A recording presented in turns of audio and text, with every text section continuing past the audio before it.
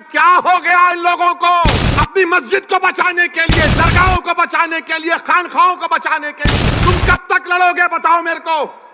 अरे मैं खराब हूं तो खत्म कर दो मुझे, हटा दो मुझे, इस दुनिया से निकाल दो, मगर तुम तो कायद बनो, तुम इत्तेहाद पैदा करो। कब तक तुम इस डर में रहोगे वो जीतेगा ये जीतेगा? अरे कोई भी जीते उसको तुम्हारी मस्जिद से क्या मतलब, कोई भी जीते उसको तुम्हारी शनाख्त से क्या मतलब, कोई भी जीते वो तुमको क्या इंसाफ करेगा? इंसाफ तुमको करना पड़ेगा अपने लिए, आने वाली नस्लों के लिए। नरेंद्र मोदी ने वक्फ बिल का कानून पेश किया।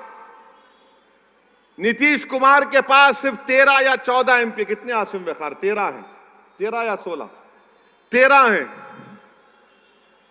अगर एमआईएम पार्टी के 3 एमपी होते, अख्तरुल ईमान और इम्तियाज जलील मेरे साथ होते, मोदी 10 बार सोचते थे ये बिल को लाए ना लाए, मगर आप थाली मार रहे हैं,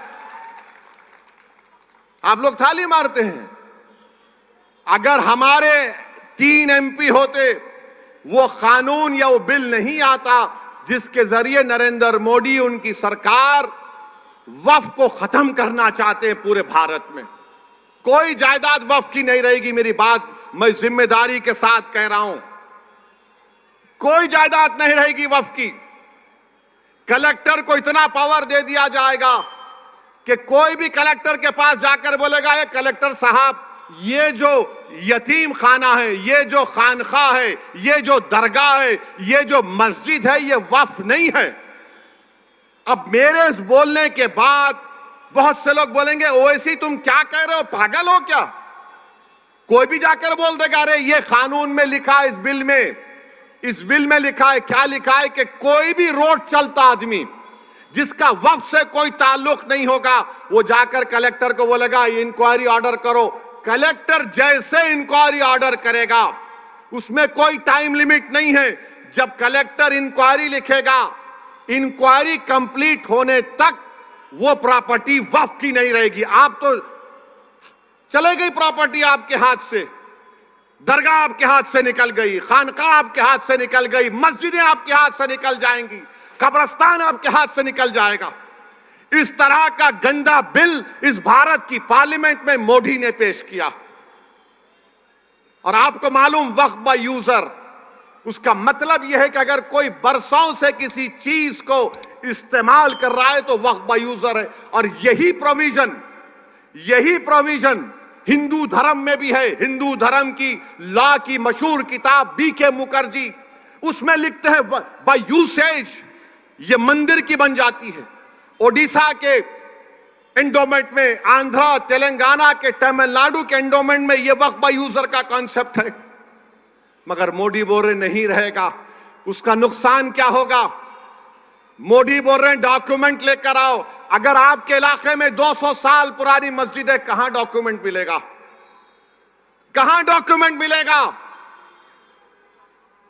हाजी अली की दरगाह पर दावे पेश करते हैं, वो खैर वो ट्रस्ट में है, मगर वहां पर भी जाके बोलेंगे नहीं है।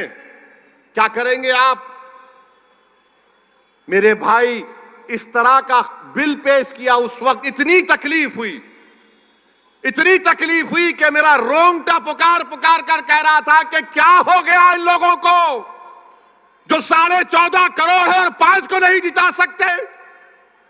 अपनी मस्जिद को बचाने के लिए, दरगाहों को बचाने के लिए, खानखाओं को बचाने के लिए तुम कब तक लड़ोगे बताओ मेरे को?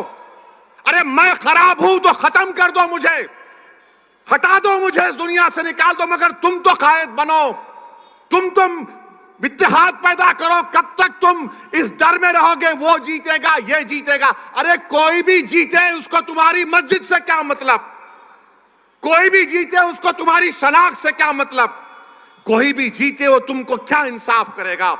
इंसाफ तुमको करना पड़ेगा अपने लिए, आने वाली नस्लों के लिए। मगर तुम ये समझ रहे हो नहीं वो दूसरा ठाकरे है, ये अच्छा है। कौन क्या किए बताओ आपको?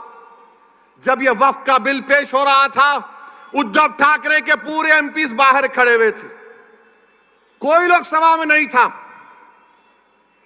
मुझे मोशन देना पड़ा इंट्रोडक्शन के खिलाफ। मेरे भाई जागो, मजलिस के लिए नहीं तो अपने लिए, अपनी नस्लों के लिए, अपनी शनाख्त के लिए जागो। तुम नहीं समझ रहे, तुम्हारी आवाज अगर असेंबली में नहीं होगी, तुम्हारी आवाज अगर कॉरपोरेशन में नहीं होगी, तुम्हारी आवाज जिला परिषद में नहीं होगी, पार्लियामेंट में नहीं होगी, तो कौन तुम्हारी आवाज उठाएगा बताओ। आज ये खतरा हमारे सरों पर मंडला रहा है। अगर मोदी इस तरह के बिल को पार्लियामेंट में दोबारा पेश करेंगे, अगर वो कानून बन जाएगा, खुदा ना खास्ता हम कई मसाजिद, मदरसे, दरगाहें, खानकाएं, कब्रिस्तान की जमीनों को खो देंगे। और आपको मालूम, दिल्ली में सच्चर कमेटी ने पेज नंबर 221 में कहा कि दिल्ली में 130 वक्फ की प्रॉपर्टीज पर गवर्नमेंट ऑफ इंडिया ने, यानी मोदी की सरकार ने कब्जा करके बैठा हुआ है। उसकी लागत 2007 में 3000 करोड़ की थी। आज हम 2024 में हैं, कम से कम 10,000 करोड़ की प्रॉपर्टीज हैं जो गवर्नमेंट ऑफ इंडिया उस पर एंक्रोच कर रही है, काबिज है।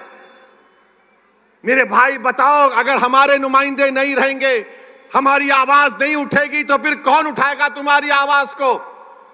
मौलाना आजाद को बोलने नहीं देते थे। तुम क्या, कौन सी खेत की मौली हो तुम। मगर सबक तो हासिल करो कि सन 47 के बाद जो मौलाना आजाद से हुआ वो हम पर तो चल रहा है ना, बीत रहा है हम पर। मेरे भाई, तुम क्या उस वक्त जागोगे जब तुम्हारे महलों की मस्जिद पर नोटिस लग जाएगी, this is not a Waqf property. तुम क्या उस वक्त उठोगे जब दरगाहों के सामने नोटिस लग जाएगी, this is not a Waqf property. तुम क्या उस वक्त उठोगे जब कब्रिस्तान में जाकर कह दिया जाएगा कि तेरे अब्बा की खबर पर तू शबे बारात के दिन आकर फूल नहीं चढ़ाएगा, ये वक्त प्रॉपर्टी नहीं है। तुम उस वक्त रहोगे, तुम उस वक्त जागोगे जब कयामत का सूर फूंका जाएगा। ये वक्त है उठने का। 20 तारीख के दिन अपने सबूत दो, अपनी जिंदगी का, अपनी क़यादत को बनाओ, अपने नुमाइंदों को कामयाब करो। यकीनन हराओ मोदी को, यकीनन हराओ शिंदे को, बल्कि अगर ताकत है तो खार कर फेंको इन लोगों को। मगर याद रखो, याद रखो, याद रखो, सियासत में शहादत का कॉन्सेप्ट नहीं है। अल्लाह की राह में शहादत है तो जन्नत है, सियासत में जिंदा रहना है। तुम जिंदा रहोगे तो नेक अमाल करोगे, तुम जिंदा रहोगे तो काम करोगे। फैयाज भाई बहुत अच्छे हैं, हमेशा हम पुकारे तो आ जाते। कब तक आएंगे फैयाज? अगर फैयाज तुम्हारा आमदार बनेगा तो फैयाज ताकतवर नहीं, तुम ताकतवर होगे, तुम ताकतवर होगे। तो मेरे अजीज दोस्तों और बुजुर्गों, एक और मिसाल देकर बात को खत्म करता हूं। एक शख्स महाराष्ट्र में अल्लाह के रसूल सल्लल्लाहु अलैहि वसल्लम की शान में गुस्ताखी करने की कोशिश की। कोई रहमतुल आलमीन की शान में गुस्ताखी नहीं कर सकता, ये मेरा ईमान है।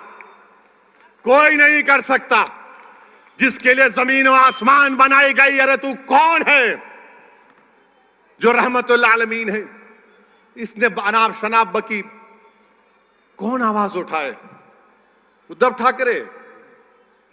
कौन आवाज उठाए? शिंदे, अजित पवार, कांग्रेस? इम्तियाज जलील ने आवाज उठाई। औरंगाबाद में इम्तियाज जलील ने कहा कि फुला तारीख तक अगर इस शख्स को गिरफ्तार नहीं किया जाएगा तो हम औरंगाबाद से गाड़ियों का जुलूस लेकर मुंबई तक जाएंगे। सबने समझा रहे ये ड्रामा है, सियासी ड्रामा है। बाज जुम्मनों ने कहा, बाज हमारे पास जुम्मन बहुत हो गए हमारे पास। ये जुम्मनों ने कहा पब्लिसिटी के लिए कर रहा, पुलिस घर में बिठा देगी उसको। बाज बड़े बड़े लोगों ने मुझे फोन किया, बोले ये क्या करने जा रहे हैं असद साहब, दंगा हो जाएगा। मैंने कहा मौलाना दंगा नहीं होगा। बोले कैसे गारंटी देंगे? मैं बोला गारंटी मेरी है, मोदी की नहीं है। हमने कहा एहतजाज होगा और एहतजाज हुआ, लोग जमा हुए तो औरंगाबाद के पुलिस के आला ओहदेदार इम्तियाज जलील के पास गए और बोले क्या कर रहे हैं? इम्तियाज ने मुझे फोन किया, मैंने कहा तुम पुलिस से बोलो, कमिश्नर को, अगर तुम मुझे थाने को जाने नहीं दोगे तो मैं ये पूरी गाड़ियां लेकर, क्योंकि उस वक्त उस दिन औरंगाबाद में अमित शाह देश के गृह मंत्री थे, बोले हम उनके पास चले जाएंगे। तो बोले नहीं नहीं नहीं, आप चले जाओ। 10,000 गाड़ियों के साथ काफिला निकला। जो लोग ये समझ रहे थे कि महाराष्ट्र का अल्पसंख्यक समाज का मुसलमान एहतजाज नहीं कर सकता पुरअमन, हमने उन सबको गलत साबित किया। मैं लाखों सलाम करता हूं आप लोगों को जो आप लोगों ने हिस्सा लेकर उस एहतजाज को कामयाब किया और अपने तारीख रकम कर दी अल्हम्दुलिल्लाह। आज आकर बोलते हैं ये वोट काट रहे हैं, फुला कर रहे हैं। अरे तुम्हारे मुंह में अल्लाह ने जबान दी थी, तुम भी एहतजाज कर सकते थे। नहीं, हम जाके पुलिस में कंप्लेन करें। अरे पुलिस में कंप्लेन तो 12वीं पास बच्चा भी कर सकता है। तुम तो दावा कर रहे थे ना नेता होने का, कायद होने का, रहबर होने का। जब रहमतुल्लाह आलमीन का मामला आया तो तुम पीछे हट गए। मेरे अजीज दोस्तों और बुजुर्गों, समझिए नुमाइंदे की जरूरत है। आपके वोटों से आपका मुंतखब शुदा नुमाइंदा होगा, वो आपके लिए लड़ेगा, आपके लिए जद्दोजहद करेगा। इल्जामात तो मंजलिस पर लगते रहते हैं। अब ये आपके महाराष्ट्र के deputy chief minister Fadnavis Aurangabad को आके बोले, सुन ले असदुद्दीन ओवैसी, सुनो देवेंद्र फडणवीस, तुम अमित शाह और मोदी तीनों बैठकर भी मेरी जबान का मुकाबला नहीं कर सकते, याद रखो। अब हो रहे वोट जिहाद, कल तक लव जिहाद था, फिर जमीन जिहाद, फिर एक जॉब जिहाद, अब वोट जिहाद हुआ। अच्छा मोदी जी जरा बताइए वोट जिहाद का डेफिनेशन क्या है? अमित शाह बताओ वोट जिहाद का डेफिनेशन क्या है? तुम अयोध्या में हार गए, कैसे हारे? फडणवीस बोल रहे वोट जिहाद और धर्म युद्ध होगा। लोकशाही में, लोकतंत्र में धर्म युद्ध होगा। अरे फडणवीस, तुम कब तक हिंदू मुस्लिम करोगे? तुमने क्या काम किया बताओ ना। तुमने कुछ काम नहीं किया। तुमने डाका डाला एमएलएस को लूटने के लिए, तुमने एमएलएस की चोरी की। तुम सत्ता में नहीं आए मगर तुमने सत्ता को छीन लिया और बोल रहे ओ सुनो वैसी। मैं कह रहा हूं सुनो फडणवीस, तुम जिहाद के माने नहीं जानते। बोलते मालेगांव सेंट्रल में हम धूलिया की सीट मालेगांव सेंट्रल की वजह से हारे। अरे फडणवीस, तुम तो 1819 में भी हारे थे, 1918 में भी हारे थे। मालेगांव के किले में जब तीसरी जंग हुई मुसलमानों, मराठा और अंग्रेजों की, तो मराठाओं की फौज में मुसलमान थे जिन्होंने अंग्रेजों से मुकाबला किया। उन्होंने अपनी जानों को कुर्बान कर दिया। बल्कि उनके नाम आपके सामने कहना चाहूंगा ताकि नौजवानों को मालूम हो जाए कि उनके नाम क्या थे। उनके नाम में फडणवीस नहीं था, बाय द वे। उनके नाम में क्या था? सुलेमान शाह, इस्माइल अल्लाह रखा, शाबान भिकारी, बुद्धू फरीदास, अब्दुल गफ्फार, इनको फांसी पे लटकाया गया। अब्दुल्ला खलीफा और मोहम्मद अनवर को जेल में अंग्रेजों ने मार मार कर कत्ल कर दिया। फडणवीस सुनो, तुम ये समझते हो कि कोई तुम्हारे पैर के पास बैठ के बोलेगा आप सरकार है? अरे कोई सरकार नहीं है। बाबा साहेब अंबेडकर के संविधान ने फडणवीस को ओवैसी को बराबर कर दिया। कोई बड़ा छोटा नहीं है। बल्कि सुनो फडणवीस, मैं तुम्हारे से बड़ा हूं एतबार से, अल्हम्दुलिल्लाह। लव जिहाद। अच्छा फिर क्या बोल रहे प्रधानमंत्री? क्या बोल रहे हैं? नई बात करे, एक है तो सेफ है। मोदी जी कितना फेंकेंगे आप? पार्लियामेंट इलेक्शन में आपने कहा कि हिंदू बहनों के गलों से मंगलसूत्र निकालकर मुसलमानों को दे दिया जाएगा, हिंदू भाइयों की भैंसों को लूटकर मुसलमानों को दे दिया जाएगा, मुस्लिम औरतें ज्यादा बच्चे पैदा कर रही हैं। मोदी जी, आपके वालिद साहब ने भी बहुत बच्चे पैदा किए थे, गलत किया था क्या? अमित शाह के कितने भाई बहन बताओ हमको? आप हमारी मां और बहनों पर इल्जाम लगा रहे। अब मोदी जी बोल रहे एक है तो सेफ है। अमित शाह इसको बढ़ाकर बोल रहे अब वक्फ की प्रॉपर्टीज डिक्लेयर कर दी जाएगी। अमित शाह, मोदी, फडणवीस, मैं मुंबई में खड़े होकर बोल रहा हूं, वो जो दुनिया का दौलतमंद आदमी है, जिसके बेटे की शादी में मोदी जी आप मुस्कुराते हुए गए थे, वो यतीम खाने पर बनाई गई है मुसलमानों के। लो यतीम खाने की जमीन वापस लो। अमित शाह, फडणवीस, तुम नहीं लोगे क्योंकि तुम दौलतमंदों के घर में जाते हो शादी के लिए। तुम गरीब की बस्तियों से, गुर्बत से तुम्हारा कोई ताल्लुक नहीं। यतीम खाने की जमीन पर 21 करोड़ में बिल्डिंग बनाई गई। सुप्रीम कोर्ट में फैसला है, अभी केस चल रहा है।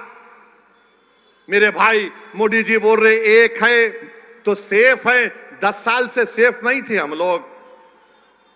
मैंने उसका जवाब दिया कि अखंड है तो सेफ है,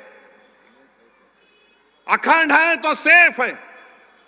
हम अनेक हैं तो अखंड है। मेरे भाई ये जो तकालीफ हम आज उठा रहे हैं ना, biggest minority of the country हम है, जरूर हैं। हमने इस मुल्क की आजादी की लड़ाई 1810-20 में शुरू की, जब ये संघ परिवार के लट लेकर फिराने वाले नहीं थे। हमारे उलमाओं ने शुरू की थी, अपनी जानों को कुर्बान कर दिया। वो मौलाना आजाद के बारे में यह कहा गया कि इनको मंत्री नहीं बनाना चाहिए। आप सोचिए, ये मैं इसलिए बता रहा हूं कि लोग मजलिस को गाली देते हैं, असदुद्दीन ओवैसी पर इल्जाम लगाते। एक एक बात सच कह रहा हूं। अगर कोई इनकार करेगा तो वक्त बताओ, मैं आता हूं डॉक्यूमेंट्स लेके, तुम सामने नहीं बैठ पाओगे। मुझे गुस्सा इसलिए आता है, मुझे तकलीफ इसलिए होती है, मेरी जबान को लोग बोलते हैं बड़ा कड़वा बोलता। अरे कड़वा नहीं, सच्चाई को बयान कर रहा हूं। आज सब बोल रहे मौलाना आजाद ऐसे थे, मौलाना आजाद वैसे थे। मौलाना आजाद ने को कहा गया कि आप जाकर रामपुर में इलेक्शन लड़ो। मौलाना आजाद ने कहा मैं नहीं लड़ूंगा रामपुर में जाकर। तो लोगों ने कहा जाइए आप। उन्होंने कहा क्यों? वहां ज्यादा मुसलमान हैं, आप जीत जाएंगे। ये पहला इलेक्शन पार्लियामेंट का। हम 2024 में यही हाल है नहीं? ये बताओ मेरे को आप, यही हाल है, कुछ नहीं बदला। जहां पर मुस्लिम अकलियत की एम्पावरमेंट की बात आएगी, और उस जमाने के जो हमारे बड़े बड़े लोग थे, अल्लाह उनको उनकी मगफरत करे, वो लोग क्या बोलते थे? नहीं नहीं, छोड़ो सियासत, छोड़ो लीडरशिप की बात मत करो, हमारी तहजीब की हिफाजत होना चाहिए। आज मैं आपसे कह रहा हूं, तुम्हारी तहजीब की हिफाजत, तुम्हारे इबादत गाहों की हिफाजत, तुम्हारी शनाख्त की हिफाजत, तुम जिस तरह जिंदगी गुजारना चाह रहे हो उसकी हिफाजत, तुम्हारे औलाद का मुस्तकबिल, इसका ताल्लुक सियासी ताकत से है, सियासी नुमाइंदगी से है। अगर तुम्हारे पास सियासी ताकत नहीं होगी, तुम्हारे पास तुम्हारा कोई सियासी नुमाइंदा नहीं रहेगा, ना तुम्हारी तहजीब बचेगी, ना तुम्हारी इबादत गाहें बचेंगी, ना तुम्हारी शनाख्त बचेगी। ये उस वक्त की बात कर रहा हूं मैं आपको, 1947 की बात कर रहा हूं। मौलाना आजाद क्या लेकर गए इस दुनिया से? बताओ, जो लोग आज मुझे गाली देते, ये बात सच है या नहीं है? बताओ मेरे अजीज दोस्तों और बुजुर्गों। लोग बोलते नहीं नहीं, मुस्लिम अकलियत अगर पॉलिटिकल लीडरशिप को बनाएगी तो देश के हित में नहीं है। अरे जालिमों, देश के हित में है मुस्लिम लीडरशिप। हर समुदाय का लीडरशिप होगा, मराठाओं का होगा, दंगरों का होगा, सब समाज का होगा, मराठाओं का होगा। मगर जब मुस्लिम एम्पावरमेंट की बात आ गई, नहीं नहीं नहीं नहीं, ये ठीक नहीं है। क्यों ठीक नहीं है? क्योंकि तुम हमेशा सरेंडर कर जाओ, सरेंडर कर जाओ, सबमिशन जो बोलते हैं अंग्रेजी में। मेरे भाई, सरेंडर और सबमिशन से काम नहीं होता, आपको एक एजेंसी की जरूरत है, और वो एजेंसी का रूप आज मजलिस इत्तेहादुल मुस्लिमीन निभा रही है पूरे भारत की जमहूरियत में। इसीलिए नफरत करते हैं, इसीलिए पसंद नहीं करते। अरे वो आजाद के बारे में तुमने क्या किया, जिसको नेहरू बोलते थे ये हमारे अमीर कारवान है, और उसी अमीर कारवान को कांग्रेस की सदारत से हटा दिए। अमीर कारवान बोलते थे जवाहरलाल नेहरू। उस जमाने में किसी की हिम्मत नहीं थी, मगर आजाद से ये कर दिए। अब मोदी का जमाना है, ये वो वजीर आजम है, और भी ऐसे दुम छल्ले हैं जो बोलते नहीं नहीं ऐसा नहीं, ऐसा हो जाएगा, फिक्र की कोई बात नहीं। याद रखो, जो 70 साल पहले गलती हमारे बुजुर्गों ने की थी, अगर वो सियासी लीडरशिप को बना देते तो आज हमको आरक्षण भी मिलता, आज हमारी सियासी क़यादत भी होती, हम जेलों में नहीं बाहर होते। आज हमारे नौजवान जेलों में सड़ रहे हैं, कोई पूछने वाला नहीं है। मेरे अजीज दोस्तों और बुजुर्गों, ये पैगाम मैं आपको आज देना चाह रहा था, मौलाना आजाद की यौम पैदाइश को सामने रखकर। मौलाना आजाद की बहुत सी बातें हैं, जब किसी और वक्त में इंशाअल्लाह बोलूंगा मैं, मगर इतना तो बोलूंगा कि सियासी लीडरशिप को बनाओ। मौलाना आजाद को लोग मजबूर कर दिए थे। सरजमीन दक्कन पर पुलिस एक्शन हुआ।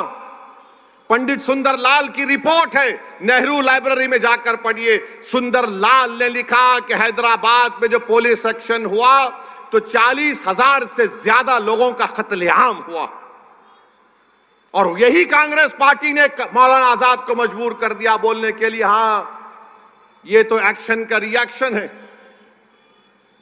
आपको मालूम, कभी आपने पढ़ा कि 1950 और 60 के दहे में 8 लाख बंगाली मुसलमानों को भारत से निकालकर फेंक दिया गया था?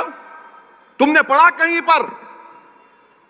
तुमको कोई नहीं बोलेंगे, मैं बता रहा हूं कब हुआ था ये। श्रीनगर में हजरत बल में नबी करीम सल्लल्लाहु अलैहि वसल्लम के मुंह मुबारक का एक वहां पर एक हादसा हो गया था। पूरे मुल्क में तूफान उठा तो 8 लाख को बाहर कर दिया गया। किसने निकाल दिया था? आसाम से जाओ डिटेंशन सेंटर में डालो इनको, बाद में नेहरू को वापस लेना पड़ा। अरे तारीख हम पढ़ते हैं। अगर हमारी जबान कड़वी है तो तुम्हारे जुल्म की वजह से है। अगर हम कहते हैं कि आपकी सियासी लीडरशिप होना इसलिए कि हमारे बुजुर्गों को नुकसान पहुंचा, आज अगर फैयाज जीतेगा इंशाअल्लाह ताला तो वो आज के लिए नहीं है, इन मासूम बच्चों के मुस्तकबिल अच्छा होगा। जो तकालीफ हम और फैयाज साहब और हमारे बुजुर्ग उठाए, कम से कम ये आने वाला जनरेशन, ये नस्ल उस तकालीफ को नहीं उठाएगा। तो मेरे अजीज दोस्तों और बुजुर्गों, मेरी आपसे दमन गुजारिश है कि आपको 20 तारीख के दिन अपने के कोर्ट का सही इस्तेमाल करना है। अब आप जानते हैं कि हर पार्टी बोल रही है कि हम इतना दे देंगे, लाडली में उतना दे देंगे, हम फुला कर देंगे। ऐसा बोल रहे हैं जैसे अब्बा की दौलत लुटा रहे हैं बाहर आवाम पर, महाराष्ट्र की। अबे तुम्हारे बाप की औलाद नहीं है, तुम्हारे बाप की दौलत नहीं है ये। कोई जहेज में नहीं आया ये दौलत बांटने के लिए। कोई बोलता मैं ये कर दूंगा। आपको मालूम महाराष्ट्र में अभी कर्जा कितना है? महाराष्ट्र सरकार का कर्जा 5,32,000 करोड़ रुपये। 2019 में 3,35,000 था, वो बढ़ के माशाल्लाह शिंदे बोले मेरा क्या है, छोड़ना ले 5,32,000 करोड़ रुपये। अभी 2030 के आने तक महाराष्ट्र सरकार को उस कर्जे का 2,75,000 अदा करना है। तो ये लोग क्या करते हैं, अब 2,75,000 अदा करना है, मार्केट से 80,000 करोड़ उठाते, उसमें से आधा पैसा कर्जे में देते, आधा पैसा बोलते ले लूटो, खाजा का लंगर है लेके जाओ। मगर नुकसान किसका हो रहा है? गरीबों का हो रहा है, गरीबों का हो रहा है। कहां जा रहे पैसे आपको मालूम? किधर जा रहे पैसे आपको मालूम? गरीब को मिलता ही नहीं, नेताओं के जेब में पैसे चले जाते। 1-2 का 4 करते, दिखाते 20, 8 इनके पास, एक 6-7 दिखाने को फोटो गरीबों को मिलता। फिर आप जानते हैं कि मुंबई लोकल जो चलती है आपके पास, हाई कोर्ट का ऑर्डर मैं पढ़ा हूं। बैठ जाओ भाई, ये ब्लू शर्ट बैठो, भड़काओ भाषण हो रहा है, बैठो, डिस्टर्ब मत करो हमारे वोटर को। हमारा वोटर पूरी तवज्जो से सुन रहा भी बात को। मुंबई लोकल में बॉम्बे हाई कोर्ट ने कहा कि हमको शर्मिंदगी है कि इसमें सफर करने वालों को कैटल की तरह, जानवरों की तरह ट्रीट किया जाता है। 2023 में मुंबई लोकल पर 2590 लोगों की मौत हुई है। मुंबई लोकल में 2590 लोगों की मौत हुई है, 2451 लोगों जख्मी हुए हैं। ये डबल इंजन की सरकार कैसे है कि 2590 मर गए शिंदे, 2590 लोग मर गए फडणवीस, तुम्हारा डबल इंजन और 2500 लोग मर रहे हैं। तुम क्या मारने के लिए इंजन हो या बचाने के लिए हो, हमको बताओ। फिर आप देखिए, आपके मुंबई की बस बेस्ट सर्विस है, 35 लाख गरीब लोग बेस्ट सर्विस को इस्तेमाल करते, 1000 बसेस हैं। ये डबल इंजन क्या करना चाह रहे हैं कि आइंदा साल तक, आज बेस्ट के पास 1000 बसेस हैं जो गरीब इस्तेमाल करता है, 2025 तक शिंदे और फडणवीस बोल रहे हैं जरूरत ही नहीं है, खाली 220 बस रखेंगे। किसका नुकसान होगा इसमें? उस बस में कितना देर इंतजार करना पड़ता गरीबों को बस आने के लिए। ये आपके बुनियादी मसले मसाइल हैं। ये प्राइवेटाइज करना चाह रहे हैं बेस्ट सर्विस को। तो मेरे अजीज दोस्तों और बुजुर्गों, ये मुद्दे हैं। अगर दोबारा ये सरकारें आएंगी, याद रखिए मुंबई में कोई जमीन खाली नहीं रहेगी। बोलेंगे ये तू ले ले, ये तू ले ले, तू माल बना ले, तू ये बना ले। माल के नाम पर माल जमा कर रहे हैं। और याद रखिए, मुझे तो खौफ है इतनी बड़ी जमीन खाली कैसे है। यहां पर आकर देख लिए होंगे, क्योंकि मोदी ये बोलते हैं कि मैं घर से ड्रोन भिजाकर देखता हूं हर चीज को। तो जाहिर है मोदी ड्रोन में देखे होंगे, ओ दारुल फैज, इतनी बिल्डिंगें, इतनी जमीन खाली है, मेरे दोस्त को मिलना चाहिए। आज जो बड़ी बड़ी बातें करते हैं बीजेपी शिंदे वाले, अरे 1,80,000 करोड़ के 2 प्रोजेक्ट गुजरात चले गए, फॉक्सकॉन का और टाटा एयरबस का। इन लोगों को शर्म नहीं आती कि यहां पर महाराष्ट्र में आएंगे। महाराष्ट्र अगर ताकतवर रहेगा, मुंबई भारत का फाइनेंशियल कैपिटल है, अगर वो ताकतवर रहेगा तो देश ताकतवर रहेगा। मगर बीजेपी के लोग बोलते नहीं नहीं नहीं, यहां से जो भी है निकालो, बाहर लेकर जाओ।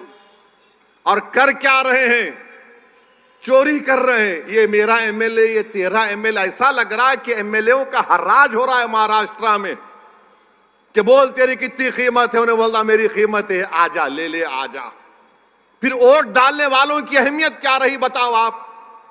आपने पिछले बार मंजलिस के, मैं बाइकुल्ला के वोटर से मुखातिब हूं, अभी आपने एमआईएम को वोट नहीं दिया, आपने किसी और को अपना वोट दिया। हम आप उस फैसले को मानते हैं, मगर जिस पार्टी को आपने वोट दिया वो दूसरी पार्टी में जाकर बैठ गए, तो बताओ तुम्हारा वोट की अहमियत क्या रही फिर? और क्या गारंटी है कभी कोई आ रहा है तो दूसरी पार्टी ना जम कर ले? ये तो ऐसा हो गया कि सुबह में एक रंग का शर्ट पहनेंगे, शाम में दूसरे रंग का पैंट पहन के निकलेंगे घर से अपने। तो मेरी आप सदवन गुजारिश है कि मेरी इन बातों पर आप गौर करिए। यहां से आपको अपने नुमाइंदों को कामयाब करना है। और जब बात नुमाइंदों की आती है, मैं बड़ी तकलीफ के आप लोगों के सामने अर्ज कर रहा हूं। बुरा मत मानिए, सच्चाई को बयान कर रहा हूं, मुझे माफ कर दीजिए। 20 साल के बाद 2019 में एक अल्पसंख्यक समाज का मुसलमान इम्तियाज जलील औरंगाबाद से खासदार बना। और जब 2024 का चुनाव आया तो पूरे मिल गए, दोनों शिवसेना मिल गए, दोनों राष्ट्रवादी मिल गए, पुरानी पार्टी मिल गई, हां बीजेपी मिल गई, पांचों मिलकर इम्तियाज को हरा दिए। सबका एक ही मकसद था, कोई भी जीत जाए मगर इम्तियाज ना जीते। 20 साल के बाद एक सांसद बना, एक एमपी बना, उसको हरा दिए। मैं आपसे अपील कर रहा हूं, उससे सबक हासिल करो। आप देखो किस तरह की नफरत महाराष्ट्र में हमारे देश में हो गई। 48 लोकसभा की सीट में एक ही पार्टी ने एक ही एमपी को रिपीट किया तो सबने मिलकर उसको हरा दिया। और ये लोग आकर बोलते हैं सेकुलरिज्म है, फुला है, इसको हराओ, उसको जिताओ, ये खतरनाक है। कल अभी बलाला ने कहा कि लोग हमारे जाकर डाइस पे चले गए। ये गलती मत करो बायकुल्ला में। आप लोग बेझिझक बेखौफ होकर पूरे इत्मीनान और एतमाद के साथ आप मजलिस इत्तेहादुल मुस्लिमीन के उम्मीदवार को अपना वोट डालिए। और मैं आपको बता रहा हूं, ये ओवैसी की गारंटी है, फैयाज कहीं नहीं भागेंगे बल्कि भगाएंगे इन लोगों को इंशाअल्लाह ताला।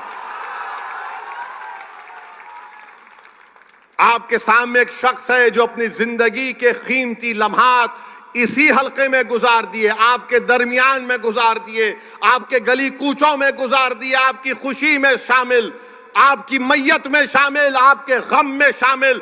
जब ये शख्स आपको जानता है, आप इसको पहचानते हैं, तो मेरी आपसे दरखास्त है कि 20 तारीख के दिन अपना एक एक वोट पतंग के निशान पर बटन दबाकर अपनी आवाज को महाराष्ट्र के असेंबली में भिजाइए, महाराष्ट्र के असेंबली में भिजाइए, ताकि बायकुल्ला का विकास हो, ताकि बायकुल्ला को छुटकारा मिले। ये कपड़े बदल बदल कर ये पार्टी कभी वो पार्टी से म्यूजिकल चेयर हो रहा है। अब कल किसकी सरकार होगी नहीं होगी, उधर भागेंगे वो लोग। ये कोई बात है बताइए? आप एमएलए हो, तुम आमदार हो, तुम कोई हर्राज का सामान थोड़ी हो।